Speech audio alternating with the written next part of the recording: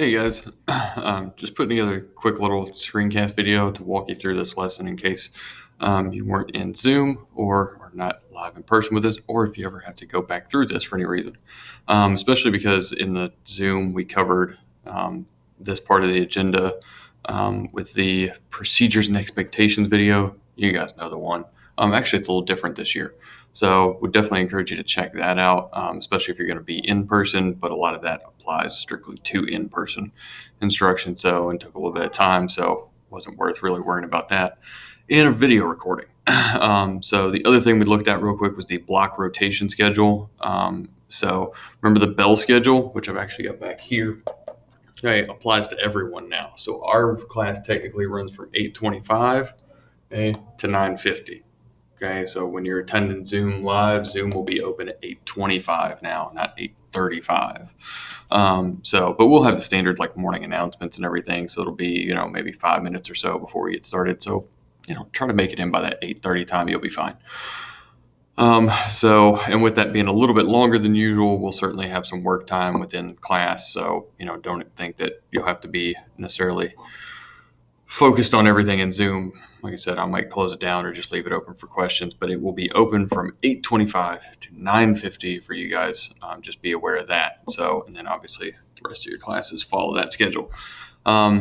So feel free to check out that block rotation on your own. I'm not going to pull it up here. The one thing I will say, pay attention on that block rotation to the number of A days and B days that you have. Currently, we have 23 B days.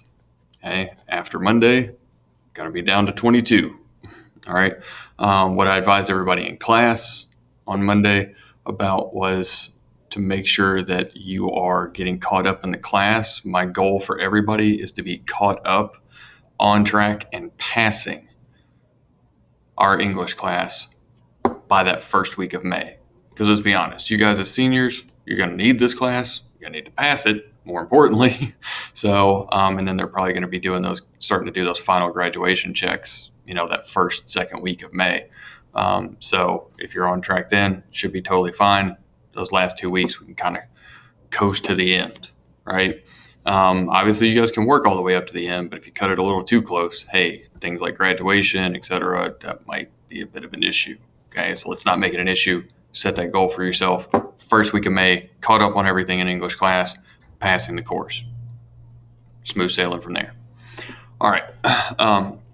With that in mind, so the work that we have from Hamlet today, I just asked you guys to do a little bit of comparison of the first scene in Act 5. So we're on Act 5. That's the final act in the play. So scene 1 is kind of that famous skull scene. So Hamlet is in a graveyard with Horatio. He's just come back from having been captured by pirates on the way to England. Yeah, remember that whole deal? That's tied to Thursday's lesson if you missed that one. So you might want to check that out for it to make a little bit more sense. But it is kind of crazy. That's what that Deus Ex Machina discussion was about, and what the little video in there is. So if you need a little bit more context, check that lesson out. But when Hamlet arrives back in Denmark, he meets Horatio, because remember, Horatio is the only one that knows he's returned. That's who he sent the letters to let him know that he was returning at the end of Act 5. So, and then as he encounters Horatio, before they make their way back to the castle, they go through this graveyard, and that's where we get the famous skull scene where Hamlet's holding the skull and speaking to it, right? So I dropped a couple film versions in there, not the Mel Gibson one, because I just can't deal with Mel Gibson delivering really important lines of Shakespeare. That's mainly why we haven't been doing it. And I've just been using it to keep track of the plot. So if you want to check that out, it's right there for you. That's the 1990 film version. But the two links that I provided here are the Kenneth Branagh version. That's the movie we've seen a lot of clips from so far, where Hamlet's got blonde hair. So we'll see that one versus David Tennant's 2009 version, which is a BBC made-for-TV miniseries that kind of has a more modern context. You'll notice the costuming is drastically different. But between these two scenes, one takes place at night. There's a lot of fog. It almost is like the graveyard is in a forest, kind of. So it's a little spooky, eerie. We've seen that film version do that before, especially with the ghost scene. So it made sense then. So versus this 2009 version that actually takes place during the day, is much closer to the castle, and actually kind of plays up a little bit of comedy in the scene. So I'd encourage you guys to check those two out. Think about which one kind of do you think hits a little bit more for you. The big thing to take away from this, okay, as you guys watch this, don't let the dialogue confuse you. Hamlet is talking about what existence means. What's our legacy? When we die, when we're gone, what happens? And what he kind of comes to the conclusion of in this scene is that the same thing happens to everybody. We return to the earth, dust to dust, ashes to ashes, is kind of the conclusion he comes to. So that lets us know a really important detail if we combine it with what we learned in Act 4. Because remember, in Act 4, he decides, I'm going to act now. I'm tired of talking about this. I'm going to kill Claudius. I'm going to get my revenge for him killing my father. Okay? So, and taking over the kingdom.